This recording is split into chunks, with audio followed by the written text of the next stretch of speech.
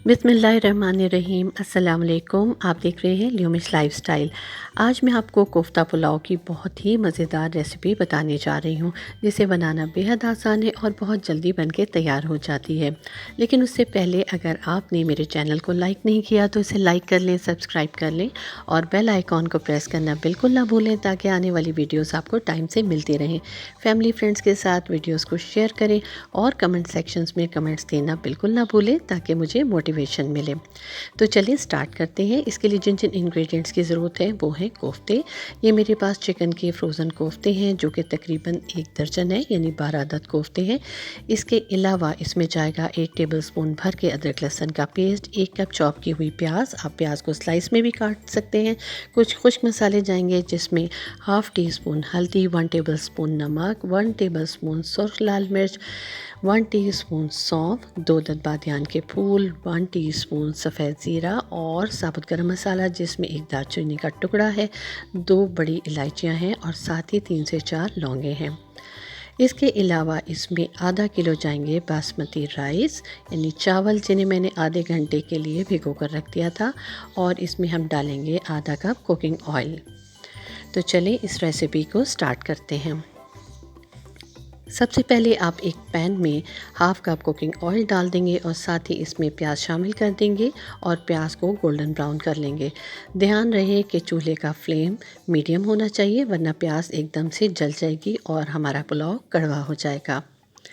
ये पुलाव बहुत ही मज़ेदार बन के तैयार होता है। मेरे पास क्योंकि फ्रोज़न चिकन के कोफ्ते थे, इसलिए मैं इसे इस तरह से पुलाव में डाल रही हूँ। लेकिन अगर आप रेड मीट के कोफ्ते बना रहे हैं तो उससे भी आप इस पुलाव को तैयार कर सकते हैं, लेकिन उसको पकने में थोड़ा सा टाइम ज़्यादा चाहिए होगा। मैं अपनी आने वाली वीडियोस में आपको कोफ्ते बनाने की भी बहुत ही मज़ेदार रेसिपी बताऊंगी। जब आप उन कोफ्तों को बनाएंगे और इस तरीके से उसका पुलाव बनाएंगे तो आप तारीफ़ किए बगैर नहीं रह सकेंगे।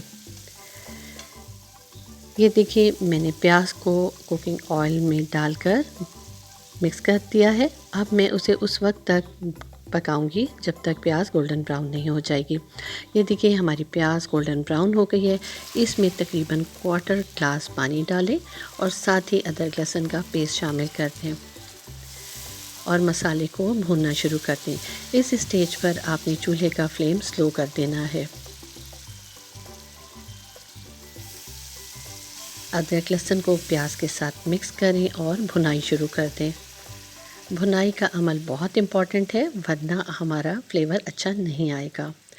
इसके साथ ही मैं इसमें सारे खुश्क मसाले डाल दूंगी और गरम मसाले भी ऐड कर दूंगी और फिर इसे हल्के हाथ से मिक्स करना शुरू करूंगी।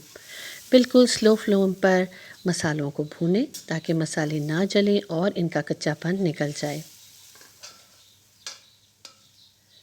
अगर आपने कोफ्ते फ्रीज़ करके रखे हुए हैं और आपके घर कोई मेहमान आ जाते हैं या आपका पुलाव खाने को दिल चाह रहा है, तो बस आप झटपट ये पुलाव तैयार कर सकते हैं, जो कि बामुश्किल 15 मिनट में तैयार हो जाता है।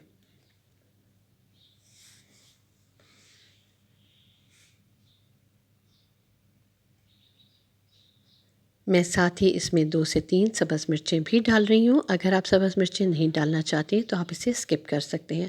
मुझे सब्ज़ मिर्चों का फ्लेवर इसमें बहुत अच्छा लगता है, इसलिए मैंने सब्ज़ मिर्चें ऐड कर दी हैं। ये देखिए, अब मैंने फ्रोज़न कोफ्ते भी इसमें ऐड कर दिए हैं। अब हल्के हाथ से इन कोफ्तों को मसाले के साथ भूनेंगे।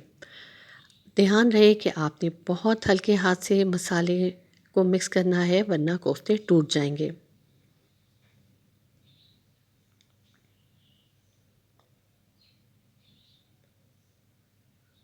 अगर आपने कोफ्ते फ्रेश बनाए हुए हैं तो फिर आप चम्मच का इस्तेमाल बिल्कुल ना करें।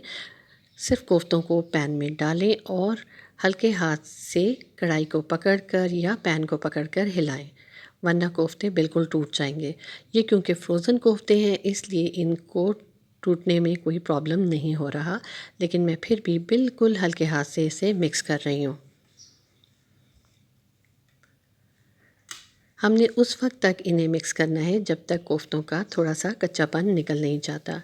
ये देखें, इसको भुनाई मुकम्मल हो चुकी है। मैंने 2 से 3 मिनट तक इन्हें भूना था और अब हम इसमें तकरीबन 3 ग्लास पानी शामिल कर देंगे।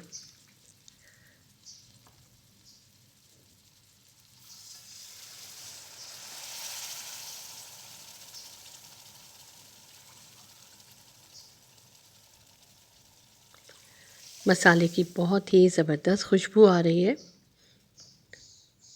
और जब ये पुलाव बन के तैयार होगा तो बेहद जायकेदार और लाजवाब पुलाव तैयार हो जाएगा। आप इस रेसिपी को ज़रूर ट्राई कीजिएगा, आपको ख़ुद भी बहुत पसंद आएगी और आपके घर वाले भी आपकी ज़रूर तारीफ़ करेंगे।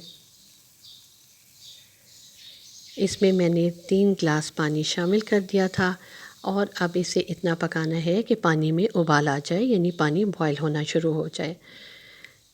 अब पानी बॉयल होना शुरू हो गया है। अब मैं इसमें भीगे हुए चावल शामिल कर दूंगी।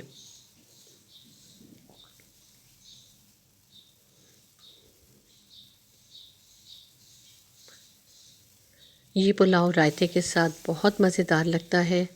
साथ ही आप सलाद सर्व करें तो इसका जायका लाजवाब हो जाएगा।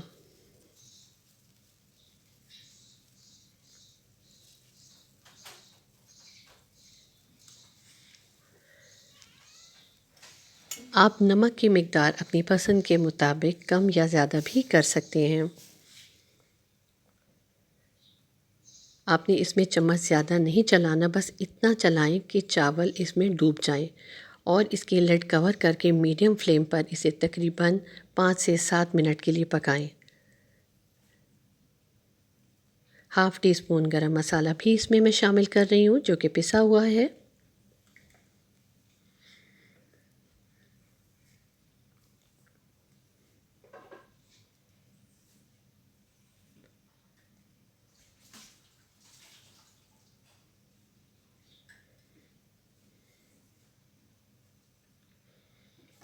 अब पैन को कवर कर दें और तकरीबन 5 से 7 मिनट के लिए छोड़ दें। ये देखिए, मैंने 7 मिनट के बाद ढक्कन हटाया है। हमारा पानी खुश्क हो चुका है और चावल कितने खिले-खिले नज़र आ रहे हैं। इस स्टेज पर आपने चावलों को दम देना है। पैन के नीचे एक तवा रख दें, तवे को अच्छे से गर्म होने दें, तेज़ आंच कर दें। जब तवा गर्म हो जाए तो उसके ऊपर ये पैन रख दें और तकरीबन 5 मिनट के लिए चावलों को दम दे दें। ये देखिए, मैंने 5 मिनट के बाद इसका दम खोला है और क्या ज़बरदस्त धुआं निकल रहा है और इतनी अच्छी खुशबू आ रही है कि मैं आपको क्या बताऊं। बेहद जायकेदार कोफ्ता पुलाव बनके तैयार है। अगर आप मटन या बीफ का पुलाव बना रहे हैं तो आपने इसको टाइम ज़्यादा देना है, वो मैं आपको अगली रेसिपी में बताऊंगी। ये देखिए, मैंने डिश आउट कर दिए हैं कोफ्ते। बेहद मज़ेदार कोफ्ता पुलाव बनके तैयार है। आप इस रेसिपी को ज़रूर ट्राई कीजिएगा और कमेंट सेक्शन में अपने कमेंट्स देना बिल्कुल ना भूलिएगा। मुझे इजाज़त दीजिए। अल्लाह हाफ़िज़।